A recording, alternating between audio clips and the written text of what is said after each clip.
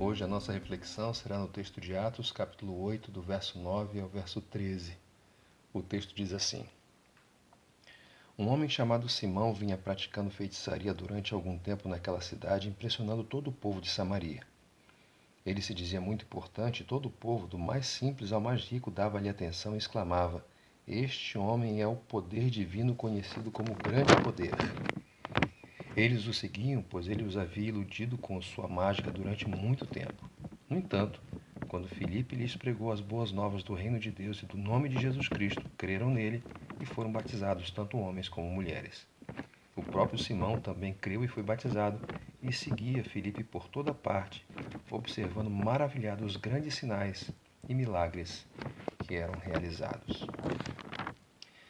Filipe fora pregar o evangelho numa cidade de Samaria, cujo nome o texto não nos revela.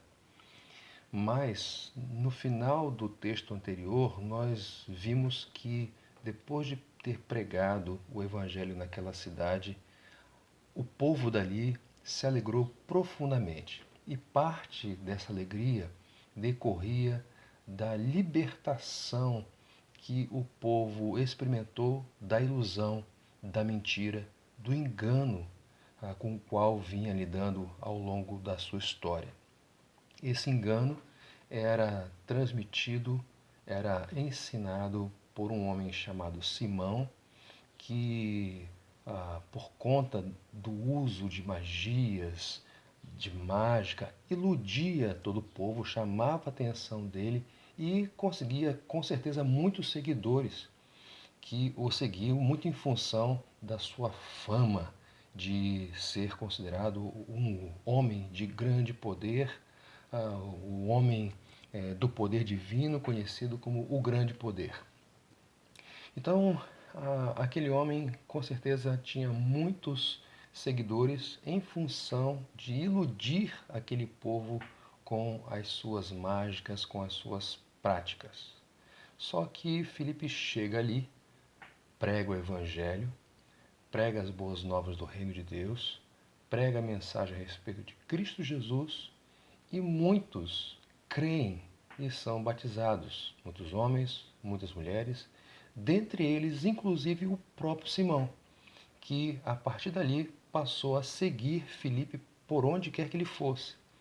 E é muito interessante porque esse Simão, que antes era seguido pelo povo, agora é seguidor de Filipe. Esse texto, ele comunica três verdades a respeito do Evangelho. A primeira verdade é que o Evangelho nos liberta do engano. Aquele povo estava sendo enganado pelas mentiras, pelas feitiçarias, pelas artes mágicas dominadas por Simão. Só que depois que Filipe prega o Evangelho ali, o povo conhece a verdade e é liberto do engano. E a partir de então, passa a seguir a Jesus Cristo, passa a ser discípulo de Jesus. Um outro aspecto, uma outra verdade que esse texto nos comunica a respeito do Evangelho é que o Evangelho nos liberta da autopromoção. O texto afirma aqui no versículo 8, na verdade, no versículo 9, perdão, do capítulo 8, que ele, Simão, se dizia muito importante. Só que o Simão, depois de exposto a mensagem do Evangelho, creu e, ao que parece, de início, deixou de se considerar dessa forma, deixou de se chamar e de se autopromover. Porque o Evangelho chegou ali. Então o Evangelho, ele nos liberta do engano, o Evangelho nos liberta da autopromoção e o Evangelho nos liberta do rancor. Como assim? É simples.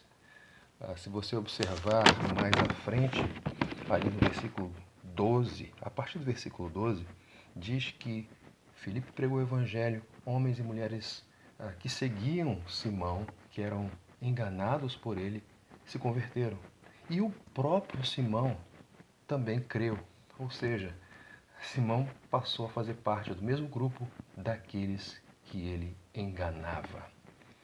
Então, aqueles que foram enganados por Simão agora o tinham no mesmo grupo e, ao que parece, ele foi aceito ali em função da ação do poder do Evangelho.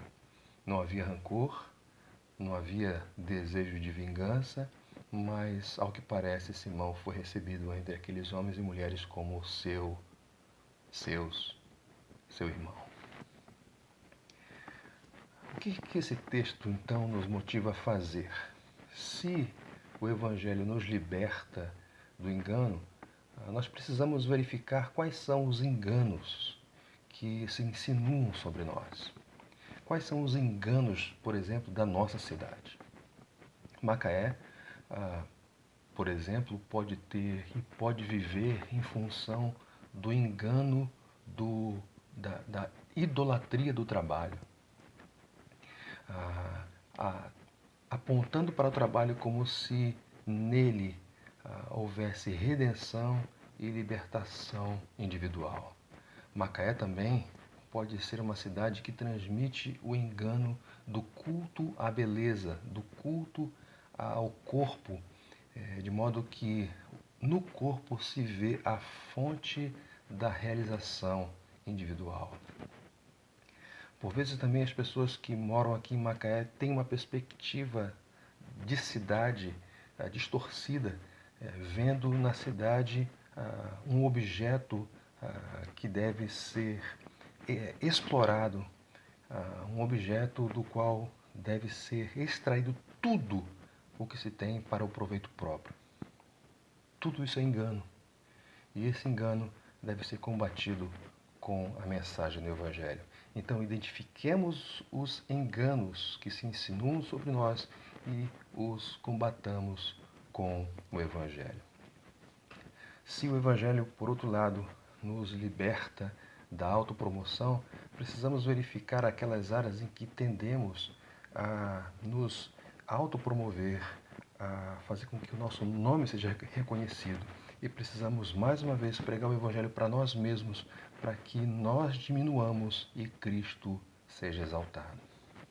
E, finalmente, se o Evangelho nos liberta do rancor, ele nos dá a capacidade de perdoarmos aqueles que nos feriram, daqueles que nos prejudicaram.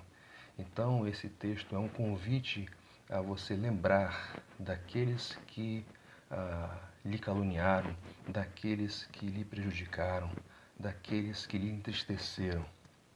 E é a oportunidade, então, de, em lembrando deles, você possa ser motivado pelo Evangelho, pela mensagem de Jesus, pelo poder transformador da graça, perdoar aqueles que lhe ofenderam. Esse texto fala de um homem que era seguido e passou a seguidor. Um dia, nós também passamos a ser seguidores de Cristo. E essa realidade nos ajuda, com certeza, a combatermos os ídolos e os enganos que se insinuam sobre nós. Essa realidade nos ajuda a vencermos, pela graça de Jesus, o desejo de nos autopromover.